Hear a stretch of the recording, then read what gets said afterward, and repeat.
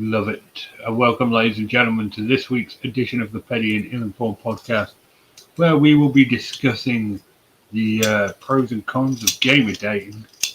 Joining me, as always, from Tennessee, Nikki, Hey, and from the south of England, Tom.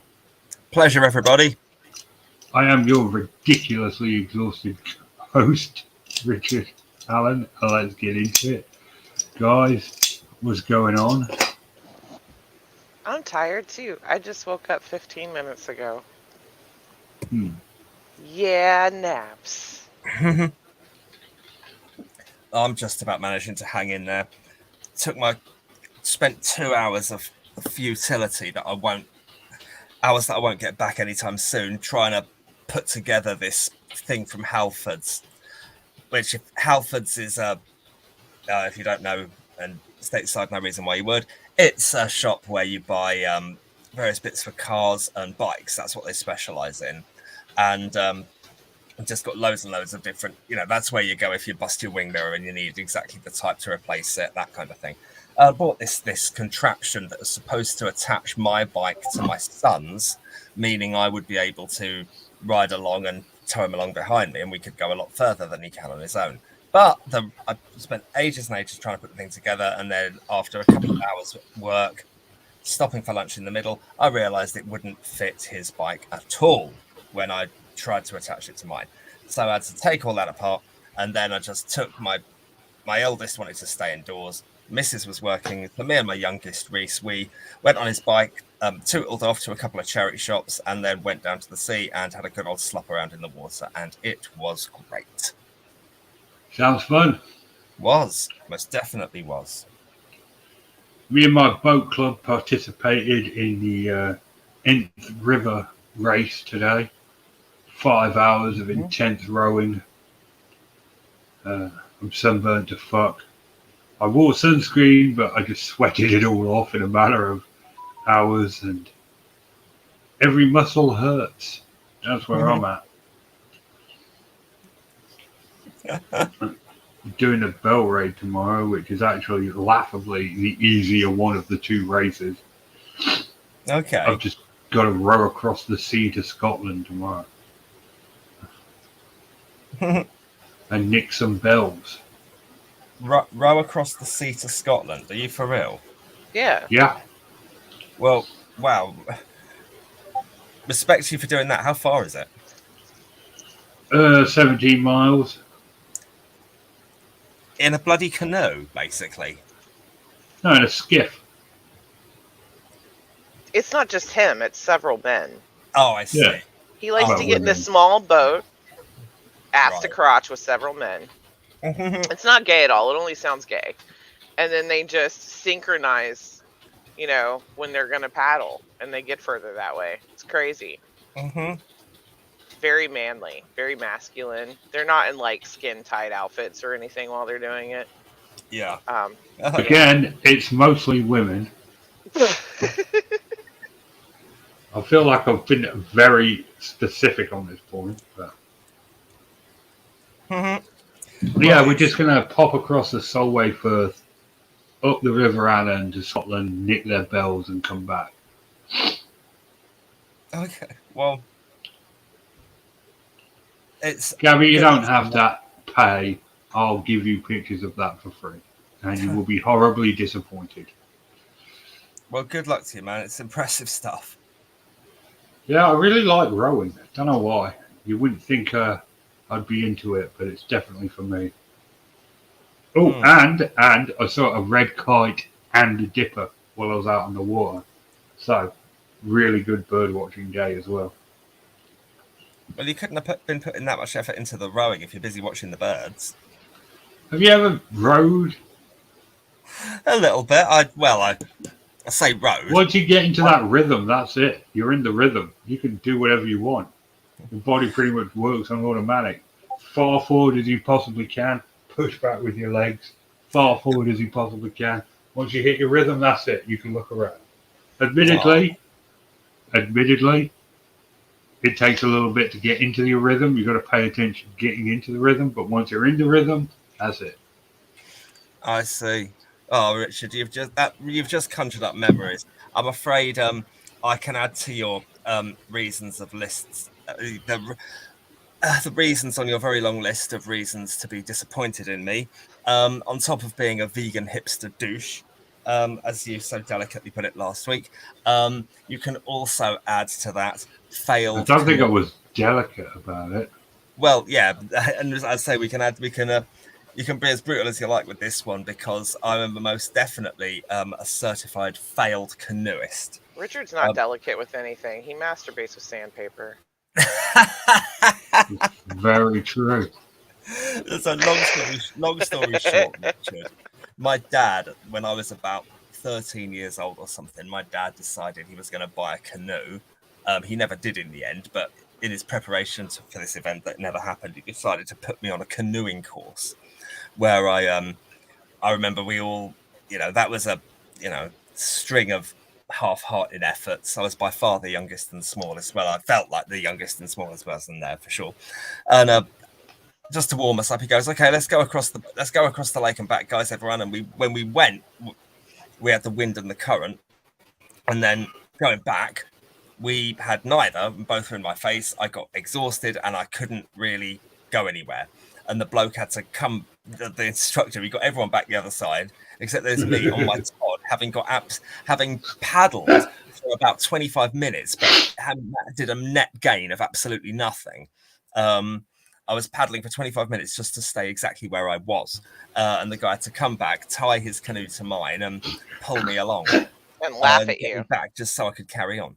And then things went from bad to worse. I promise you this is true. You can ask my bloody dad. When you see him, me and my dad are hoping next year sometime to go walking. And if we do, you can say, "So tell me about Tom and the canoe in the Dordogne then, Des." And he'll go, "Oh, bloody hell, Richard." And he'll tell you exactly what I'm about to tell you all now, was that we hired these canoes and we drove up stream about 5 miles, and we had about 3 hours or something to canoe our way back, or we would have to pay for renting them for more or something.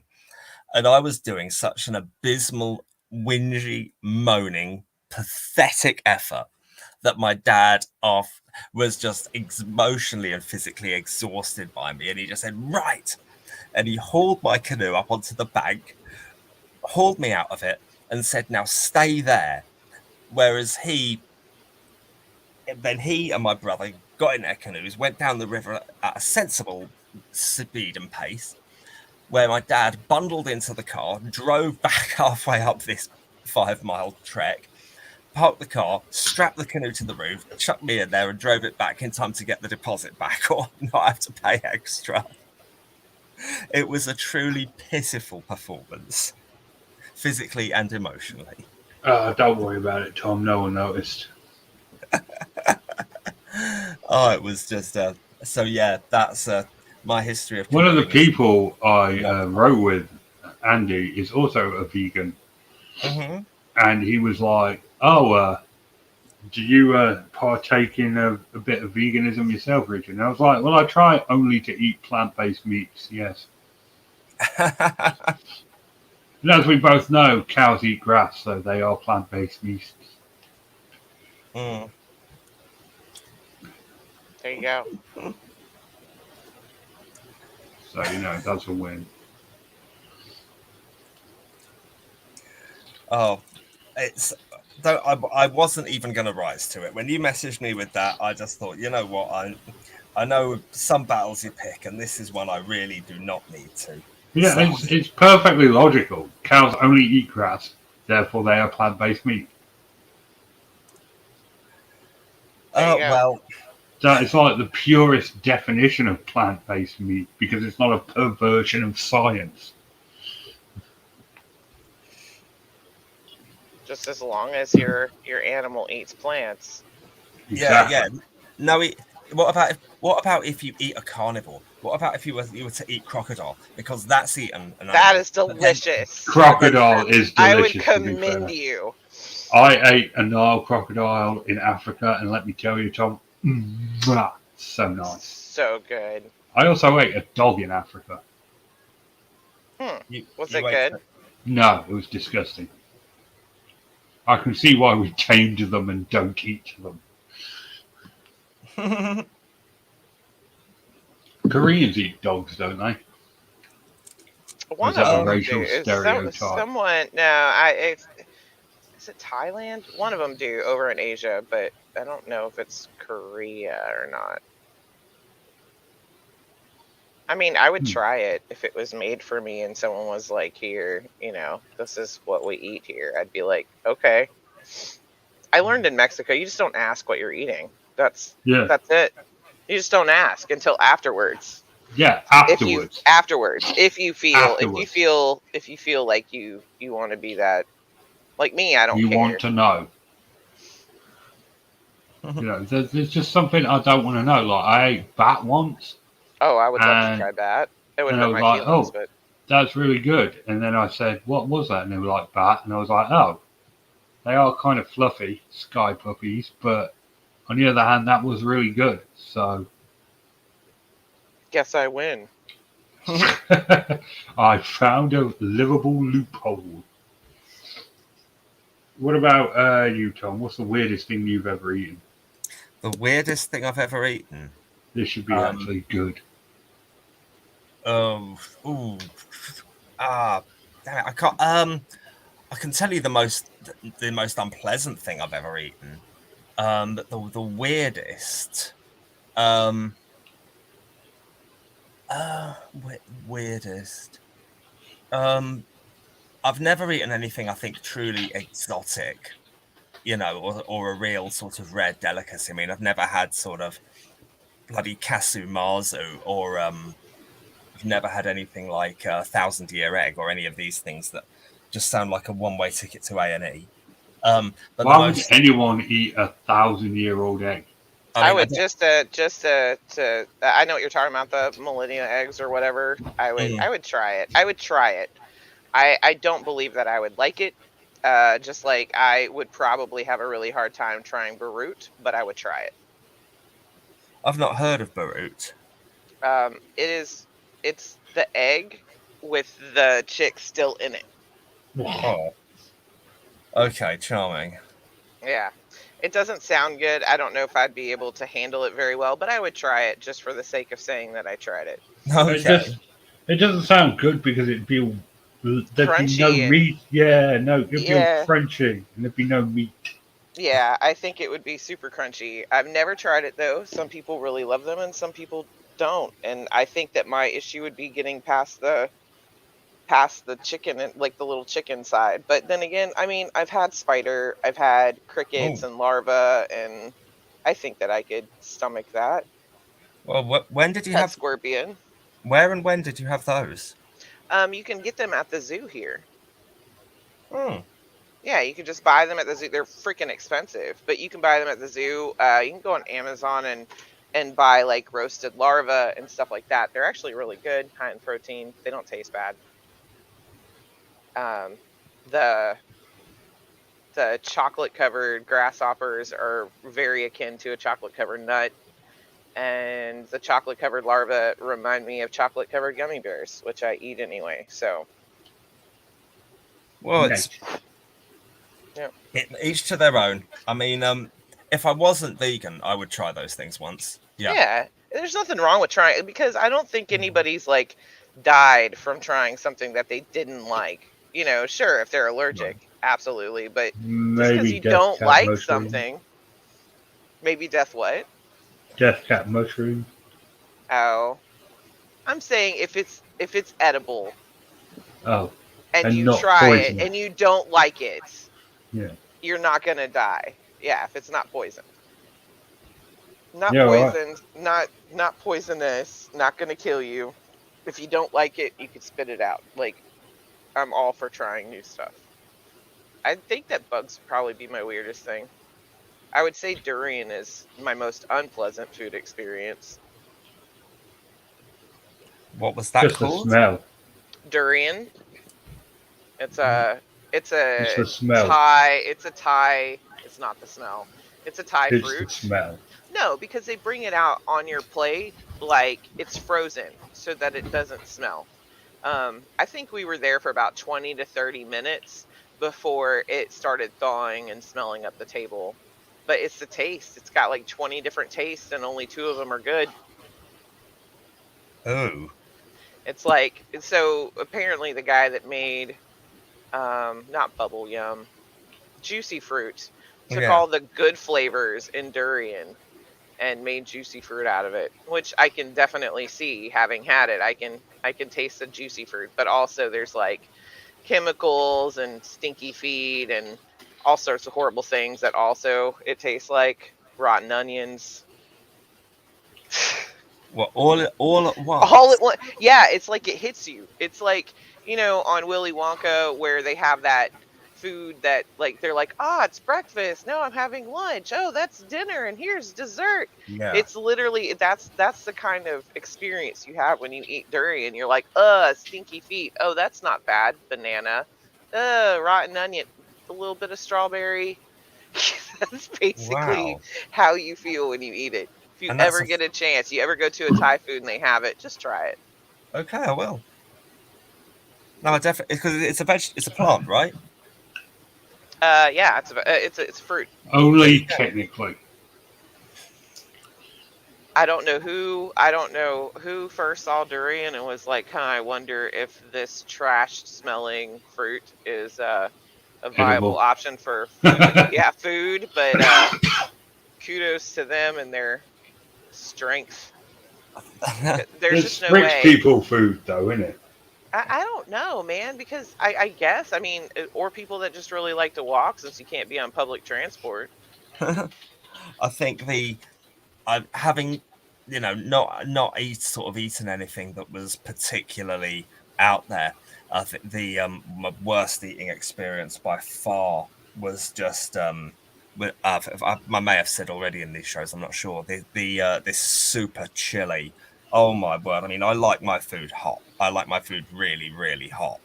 Um, and I mean, literally, without even meaning to be pretentious, when I've ordered a curry, I've said to the guy over the phone, I want this so hot that I expect to be in pain to try and get it to the level of heat that I like. So I like my food very, very hot. Or, well, at least I thought I did. About 18 years ago, when I met Hannah's parents for the first time, we went to a restaurant called Cafe des Amis, which is a Mexican type place, as you might expect. And my food wasn't particularly hot, and I just said, "Oh, excuse me, mate, can I just have a chili, please? Just one chili." And he comes, "Yeah, sure." And he brings along. Now it was pickled, so I thought it didn't. For some reason, I thought, well, that shouldn't mean it's that strong. It's not, raw and whatever and fresh. But it was the shape of a Scotch bonnet. It wasn't a Mhm. long pointy one. It was, more of a bulb, and like a mini capsicum, a mini sweet pepper. I don't know what you call those in America, Yeah, I know what Nikki. you're talking about. Yeah. Those things, and just a small of them. And I just bit into this, and it was not chili as I knew it. It didn't. It didn't. The intensity and the heat was of a very different kind. It was. I mean, imagine you normally compare a chili to a burn. Well, this was a chemical burn. And it was so potent and so searing. I've never experienced anything close to it before or since. That half of my mouth just absolutely, I don't want to say ignited because it wasn't. It was like it had like a laser cutter burning into it or something, like some internal laser beam was going off in my mouth and it's searing around everywhere. It was really nasty. I mean, I know it wasn't doing any physical damage, but I have never been in so much pain. It was searing, it was cutting this pain. It was horrible. And I'm sort of standing there going, glass of water, please. Another glass of water, please. And then I just excused myself to the toilet just so I could stand there and just in the middle of Cry. well, not cry, just go, ah! Because it absolutely, it was like, imagine having a I I've had mouthful of what? Carolina Reaper, I've had ghost pepper, and I've never had anything affect me like that. Well, I Ever. don't know what this thing was. I mean, I've Crazy. had, I've had, files I wonder if it was a Reaper. Did it have like a very smoky taste to it? I think it was a long time ago. It was before the Carolina Reaper had been. Oh, okay. Had been made. I think the Carolina Reaper's been sort of crossbred and borderline. Yeah, it absolutely has. Engineered. Yeah, borderline genetically engineered.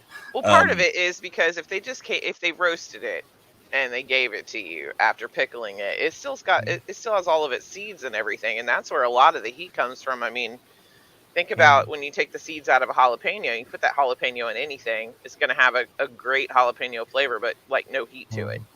So you probably just, lit your mouth on fire with seeds and whatever. That sounds awesome. Now I want to go. It packed a wallop. Honestly, it really did. It was beastly, this thing. Yeah. But but hey. It really did. It packed an almighty punch. But hey, but anyway, I lived to tell the tale. But that was definitely the hottest thing. The thing that tasted the nastiest for me was just a regular thing, an everyday thing for some people. I mean, I've never been a big cheese fan, but I really don't like, as I discovered, that this was goat's cheese. I was given it in France by Hannah's mum, my wife's mum, and I just bit into this, and this pungency just hit me. This vomitous intensity just went straight through the back of my throat up into my nose, and my stomach was heaving instantly. My body violently disagreed with this stuff. It was just absolutely could not have been less to my taste. My body was like, what the fuck are you trying to do to me, Arnold? Fair enough. I mean, each to their own, but we've all had bad culinary experiences there. And many, many good ones, I'm sure. Oh yeah, crocodile. Python. Bison, the Strasburger in Colorado.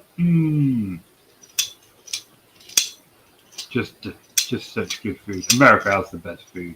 They do the best chips. They do the best burgers. I did love it. The amount of food you get out there. Order a dessert, and there's these 3 softball-sized scoops of ice cream in this triangular formation with a massive, great cone skewered out of each of them, covered in cream, covered in sprinkles and sauces. And it looked like about 5,000 calories on the plate. 5,000 calories sounds about right, but you're not allowed to eat ice cream anyway. No, not anymore. That was ages ago. That was when we were on a holiday in America that we took in the mid-1990s. You can get coconut-based ice cream, dude. Oh, you can get and that. Almonds and cashew and. Can't eat coconuts. Coconuts aren't vegan. Yes, they are. They are not. They've got meat. Wow. So no tomatoes either. Yeah. Can't eat tomato. Definitely not tomatoes. Not a fruit, tomatoes, not a vegetable. Orange, yeah. Gotta be a meat. You're gonna be fine. Never fruit. But I can see where you're. Oh, Richard, there's just no pleasing you sometimes. It's very true. Tomatoes exist in this grey area, and if it's a grey area, it's not vegan. Sorry. What on earth is not vegan about a bloody tomato? I don't know. What's not vegan about an avocado? There's rules, Tom. Rules we don't understand. Avocados, tomatoes, coconuts, not vegan. I forget there are little there are these fads within it that we don't all agree on. I think avocado, it's something to do with the role of animals in pollinating them or something like that. I can't remember. Well, I mean, technically, if you're going to get down to that far, you're going to have to be really careful because bees pollinate everything. So that would be an animal byproduct, right? Exactly. As far as I know, at the most extreme end of this are the fruitarians. You know those guys? People who will only eat raw fruit. Oh my gosh, that sounds like the best diet ever. I could live on that. I mean, I could live on that. It is of highly questionable. There's going to You're be not a going to lot get of nutrients. You're not going to get the diarrhea. nutrients that no, you no. need at all. But that sounds so good. It My is mom did that when I was younger with me. it's It, not. I It's wasn't not allowed great. candy. She just fruit, and It's that not was I great. love fruit, man. I've had two things spring to mind. I mean, obviously the your complete lack of stuff like protein is going to be, and carbohydrates is going to be really, really bad for your body. But there are people who do it indefinitely for very long periods of time. Years. There are people who manage to do it for years on it. And then They die. there are supermodels that have died of that kind of thing. Not specifically the fruitarian model, but just through just the eating disorder of restricting yourself to fruit and vegetables. There is And one food fad that is more pretentious than veganism, yeah, and that is episcotarianism. I fucking despise episcotarians with the fiery passion of 1,000 hot suns. why? I'll Because tell you for why. Because their rationale is, oh, we don't want animals to suffer, but we'll happily eat fish. Right, so what is more valuable about a cow's life than a fish's life? exactly. I totally get it. I think it is the least. What's the word I'm looking for? The least defensible eating position. If you want to only eat fish, then say that. Just be like, oh, I only eat fish. You don't have to invent reasons. Stupid reasons. Bad reasons. There are bad reasons. They are bad people. What a silly name for it. Yeah. Oh, it's funny. People. People are the worst.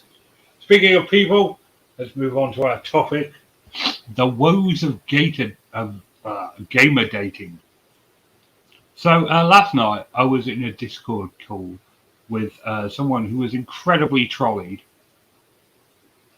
and they started talking about a thesis they wrote in college, and it was a really good topic, and I felt like it was something we could talk about. Well, actually, they asked me to talk about it on the podcast, and I was like, yeah, okay. I was going to do Sandy Melgar tonight, but I don't have the energy to go through that. Maybe next week. But so tonight, I thought we could talk about, you go on a date with someone, and how often do you say that you like video games as a man? Me, I would say it probably once if I was asked to list my hobbies and interests. Yeah, that's how Tom and I started talking and became friends. Actually, was over video games. Yeah, I was telling you all about my Neo Geo Mini and that kind of thing. Yeah, but that wasn't a date. That was two people. That is true. That was two people talking. Yeah, most definitely. I can confirm Tom and I have never been on a date. Absolutely. I think we've all had enough of that kind of thing for 1 week. Yeah.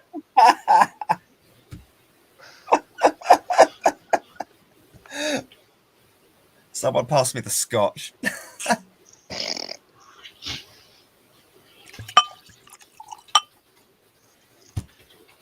Where were you? All right. Yep. So what's your point, dude? So, and you can't, as a gaming man, you can't hit on women gamers because otherwise you're that guy. So if you're a gamer interested in meeting other gamers, it becomes pretty difficult if you never bring it up and you can't interact with women in your social circle who also game in that way. I would disagree. Go on. I know at least 4 couples who have met and gotten married playing World of Warcraft.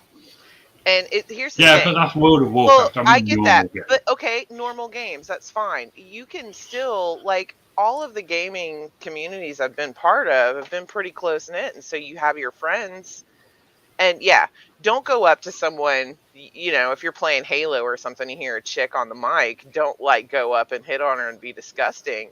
But you can definitely strike up a friendship with that person. You now have you have shared interests.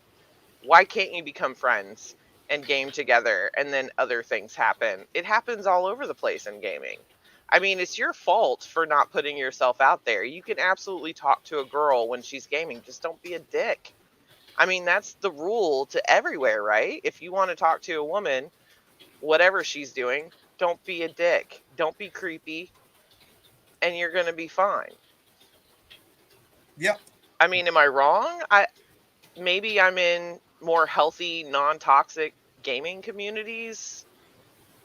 But I play Rust and Sea of Thieves. Well, I mean, but those are notoriously toxic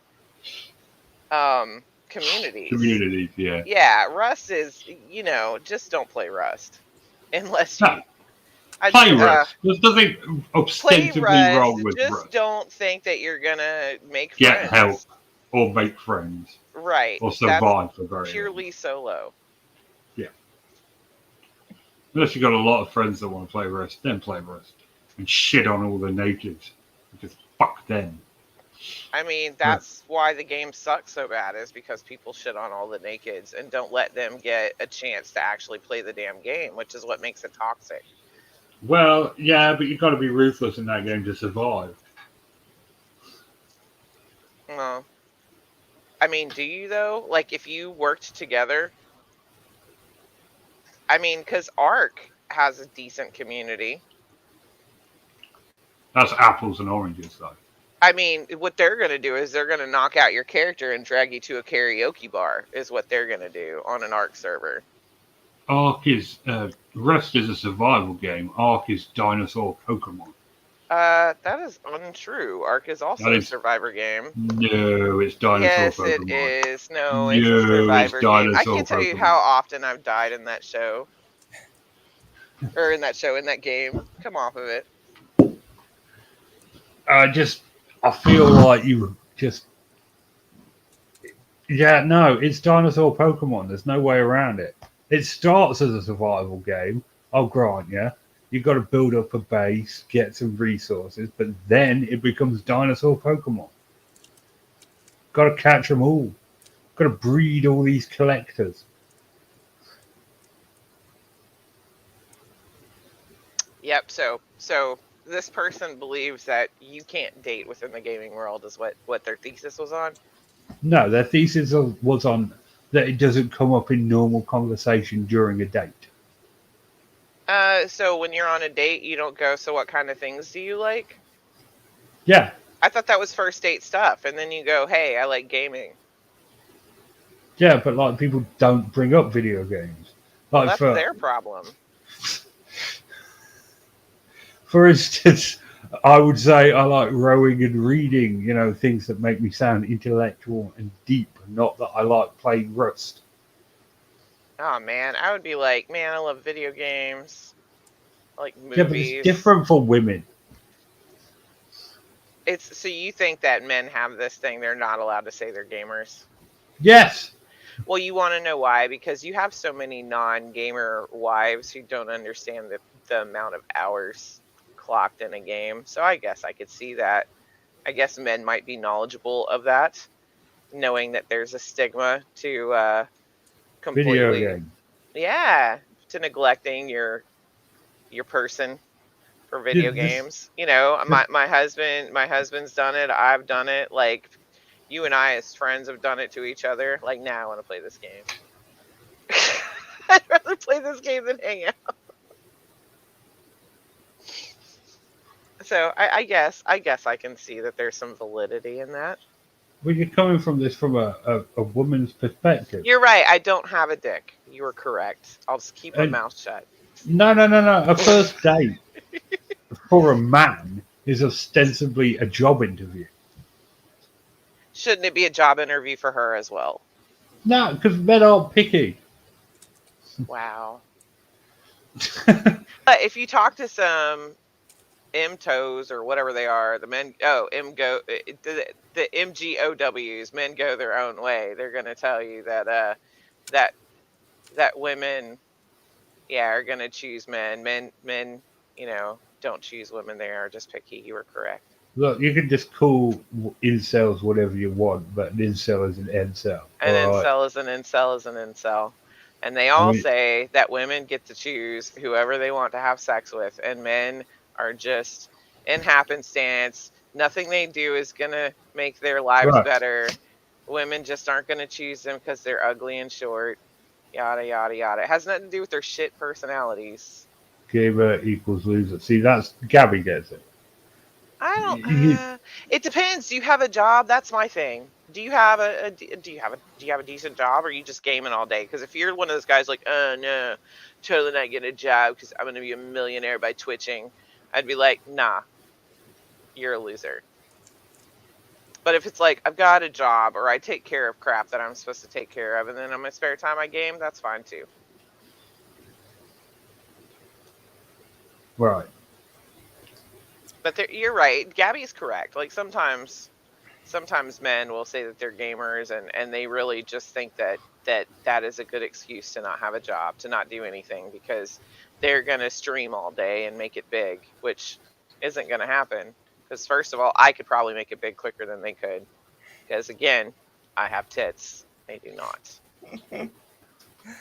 That is a big plus for you. I It would do a absolutely lot for a is. pair of tits. I mean, if someone says they're a, I mean, is the sort of the word gamer there? Is it like an adjective or a noun? What I mean by that is it something that you do to describe yourself? Oh, I play games, or is it actually your occupation, like influencer? I That's mean, true. are they trying to elevate? Is someone trying to elevate it to that status? But if I were dating a guy and I was like, what do you do? And they go, I'm an influencer, I would be like, cool, so I'm gonna go now. It was nice meeting you. Sure, you're a nice person. That's not an occupation. Sure, they might make more money, but I don't know. In order to be an influencer, you have to put a lot of time into social media by itself. Just by itself. Like way too much time. I don't need some guy like every great once in a while, like once or twice a year, I might take a picture of the food that I'm eating and send it off to somebody that I know would be interested. But could you imagine going to dinner with a guy or a woman who's an influencer and she's like, Tom, why don't you take my picture? I'm gonna sit over here by this fountain, and no, that's not good enough. No, I need you to hold this light right here. You could be one of those Insta man, like the boyfriends of the influencer girl, and he just follows her around and takes pictures of everything all the time. This seems like a horrible existence. Oh, it's the world of influencing is not what you might think it is. I mean, I know some people who really spout off and resent people who sort of sit behind a computer and just film, just stream them gaming, and they've got loads of followers and they rake it in. And he says, it's so bloody people who do that, it's so bloody easy for them. And I said, okay, Matt, for every one person who's done that, there's like 1,000 people that are having a far harder time trying to make a living that way. There's people putting their lives at risk doing ridiculous stunts just to put on their YouTube channel. There's people who are going through all kinds of mental health downward spirals. And this is based on something I've seen with my own eyes through my intuition and a super documentary that was on BBC about 6 months ago. Algorithms make people spiral into more and more of what they're into, and if they're seeing things that are doing their mental health damage, like people who are supposedly doing body health and stuff like that, but they end up with all kinds of eating disorders and body issues and it can really plummet, and their feeds that just only make it worse and worse, what they're looking at and what they're trying to prove. And yeah, it can all be a really these people, like, who, for every one person who's made it big doing this, there's 1,000 people really struggling to, or worse. Right. Yeah, exactly. Yeah, it's very difficult to become a professional gamer. See, yeah, Gabby, what Gabby said. That's what I'd say on a first date. I'd say, well, I wouldn't say bird watcher either, because bird watcher equals Old loser. man, that's what it Yeah, equals. old man. Shut up, Nikki. I can't help it. You're 80 years old at heart. Oh, I like to bird watch. That's not creepy. It's like people that are like, oh, I like to watch trains. I like to go to the train tracks and just watch the trains. Like, okay, it's not a bad thing, and I'm sure you're Would an it make you interesting person. happier if I said I just use that as an excuse to spy on people with my binoculars? Would that, Absolutely. would that just make you think more of me? Absolutely. That would make me feel better if you were like, listen, I just say that I'm a bird watcher. I really just have my binoculars. I've been watching my neighbor for years. That seems way more interesting to me Well, I than hate like to people break it to watching, you, but I don't give a shit about people. I'm watching that Dartford warbler over there in the gorse bush. which is far sadder. It's not far sadder. Dartford warblers are amazing. They've got little red eyes, they're all grey and slightly purple in the sunlight. Ugh. So is that your sexuality? You wish you were a bird? No, I don't wish I was a bird. I just like birds. Ah, You've yeah. always got to take it to a The sexual way that, place. yeah, well, that's because of the tone. You were like, oh, and their eyes are so red, and when the light hits it, it's purple. Didn't say that at all. You're insane. But I've lost my train of thought. But yeah, as a male gamer, it is difficult to meet women that you can hit, try to get into their pants that are also gamers, and that is what she wrote her thesis on.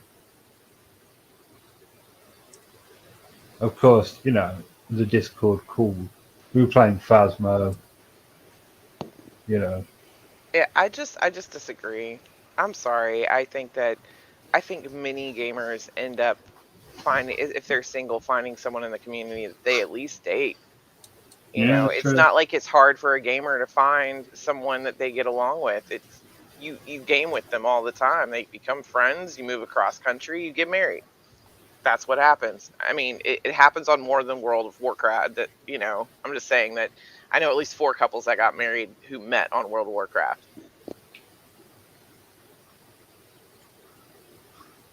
Fair enough. Whatever makes them happy. I I mean, know people that have gotten married on SL, which I don't consider gaming. It's more of a social thing, but yeah, that's on not a video SL, game. yeah, absolutely not. But there are people that role play together, like write collaborative writing, who have gotten married. So, I mean, it's just who's your group? And online makes it so much easier. There's no excuse unless you're a dick to not find someone that makes you semi happy. Like, you shouldn't be dateless. There's someone out there for everyone, unless you're just, I mean, incels, get your act together and you'll find someone. I still say you should start. Not not raping because that's a bad word, but imagine a scenario where the incel didn't want to have sex and you wanted to have sex, so you had sex. You know, you should start doing that to Also incels. known as rape. Stop! No, didn't say that. Said it was not that. But Gabby says, I'm a bird watcher, but I'm really a perv. Yeah, that's Yep. that's certainly Nikki's position on this conversation.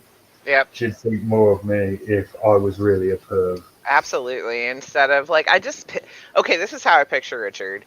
He's on a, like, this is because I'm Southern. He's on a wraparound porch, um, sitting on a rocking chair with some bibs on, or as you guys might call them, overalls.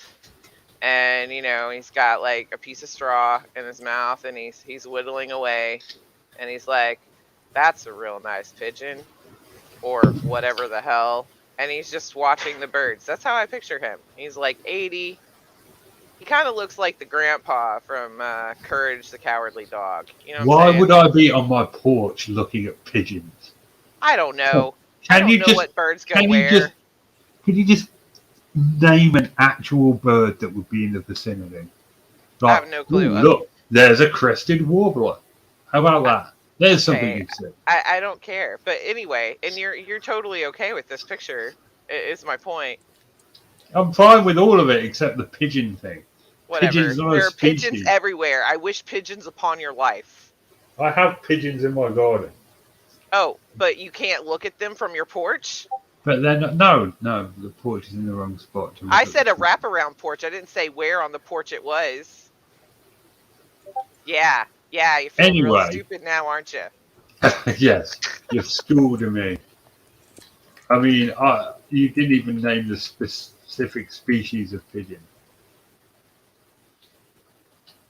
which I I would agree with most Gabby. That's definitely what I do. meant to say. Gabby said, who doesn't game and want to hang out with a gamer? My idea of quality time is not sitting around watching you play video games. Absolutely. It's better to be with a gamer if you're a gamer. And male gamers have a stigma of doing that, which feels like neglect to someone who doesn't understand or whatever. So I agree with Gabby. I guess you I mean, couldn't if you don't know that they're a gamer first.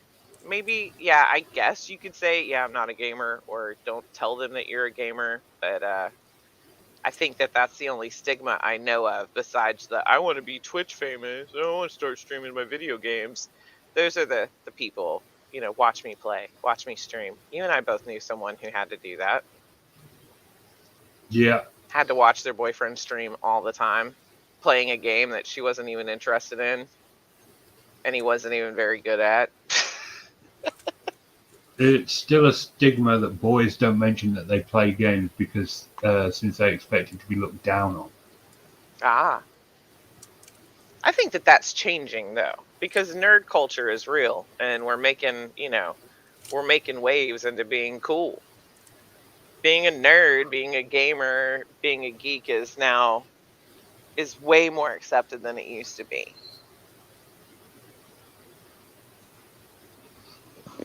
Fair point. But video gaming does equal bird watching. It's on the same line. Tommy, you actually paying attention, or are you? Yeah, I am totally. It's just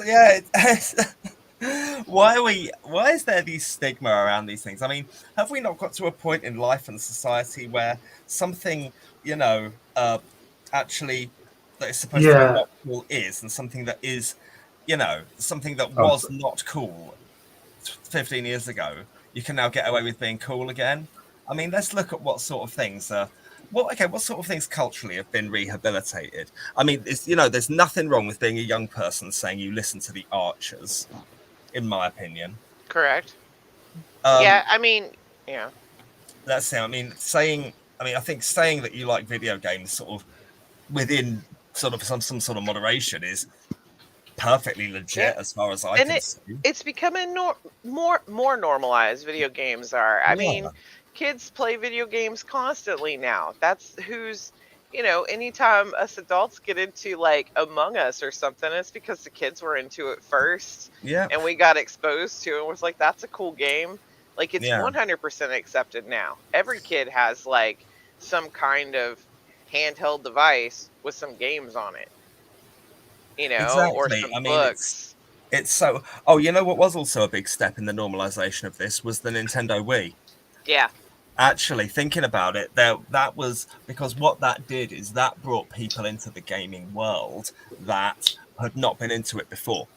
I mean, Yeah. things like the Wii Fit, the whole sensory approach of the early Wii Sports, Wii Tennis, things like that. It brought people in. It expanded it beyond the nerd, in inverted commas, the nerd niche, and so that's what I mean. Nintendo, as it happens, weren't able to hold on to that market. They lost their because that particular generation of console, the PS3, I think it was the Xbox 360 and the Nintendo Wii. The Wii wiped the floor with them. Yeah.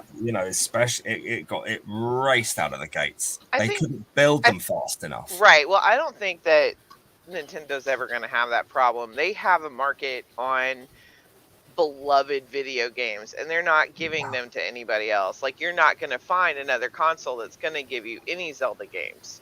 You Yeah. know, that's them. Mario, that's them. If you love Kirby, there are so many fandoms and Yeah. bits of nostalgia, especially that us older gamers have. We can't get on a PlayStation. We Yeah. can't, because the Nintendo was it before any of I that.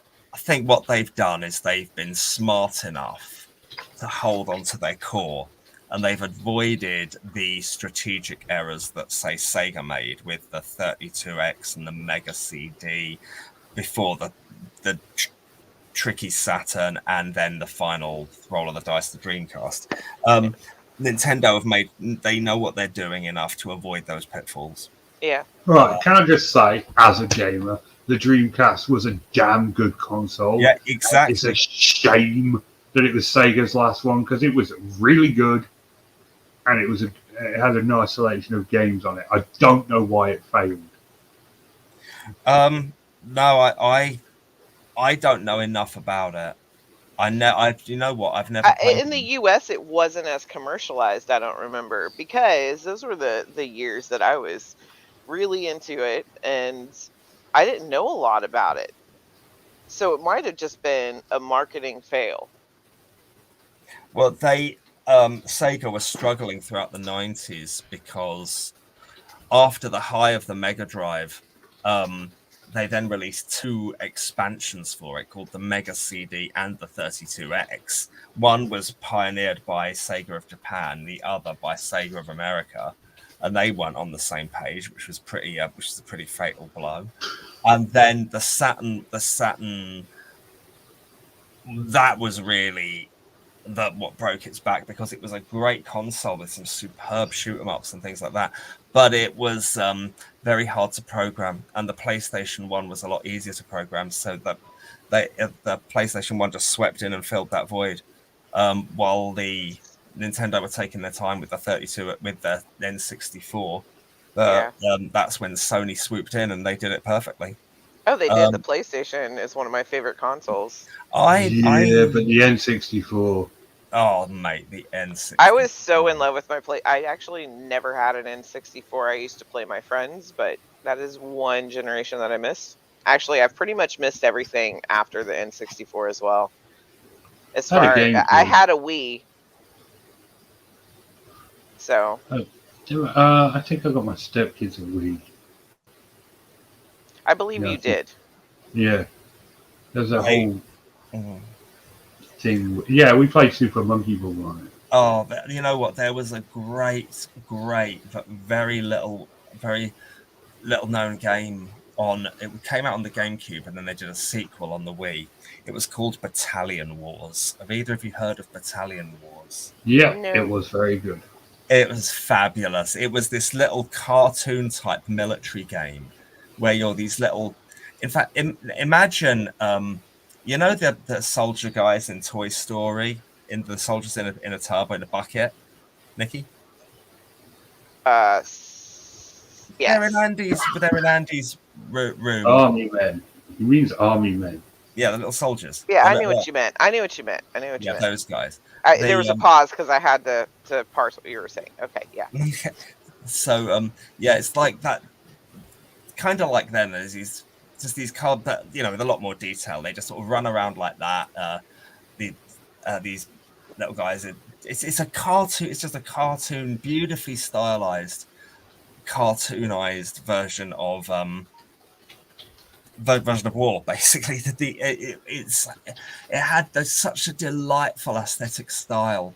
Everything was really cutesy, but it worked. It just worked. I mean, you know, it's worth looking up a couple of. It was a third person perspective, big roaming open fields where you've got like objectives and got to get free these prisoners or take out this enemy camp and then this enemy camp. It was all go on a bombing run or destroy some shipyards. There was planes, land vehicles, and ocean vehicles, water vehicles. You know, battleships, cruisers. You could pilot all of these things. You know, submarines. You can dive and go in underwater. It was just such a wonderfully imaginative, creative, wonderfully put together little game, Battalion Wars.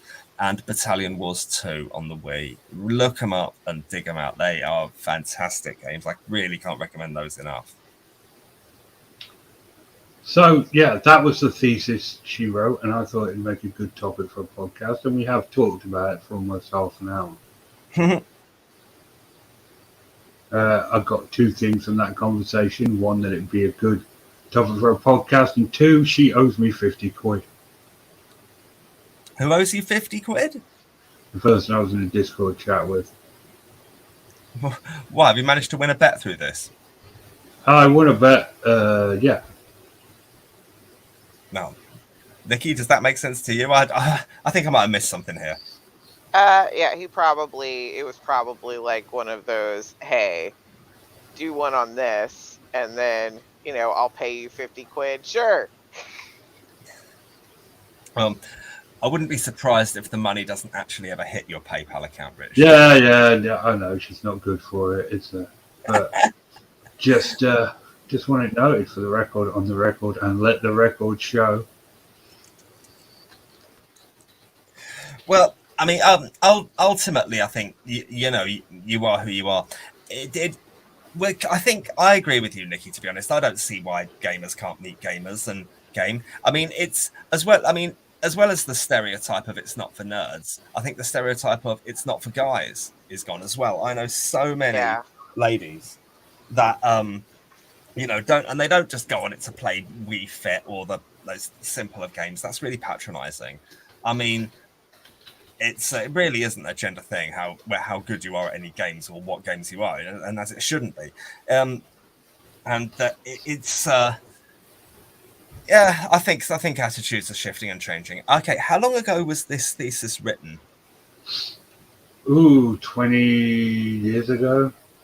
Well, there you go then. That's the time. Yeah, back then, absolutely, I would agree with that.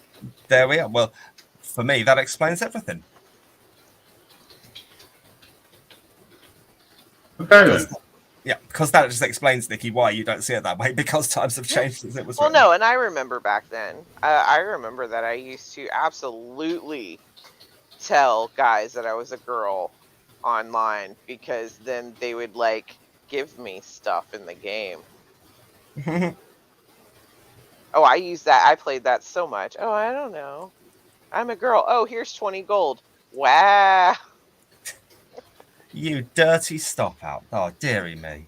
How dare you use and abuse your sexuality so ruthlessly, Nikki? I mean, the only That's not even the worst thing she's ever done with her sexuality. Yeah, that's very true. I'm staying firmly out of this one.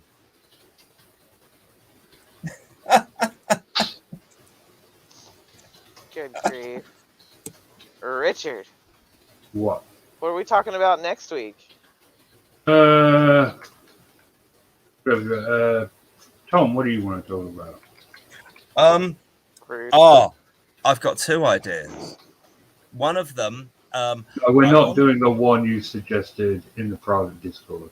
No, really, please don't take me back there. I've been whipping myself with a cat of nine tails every day ever since.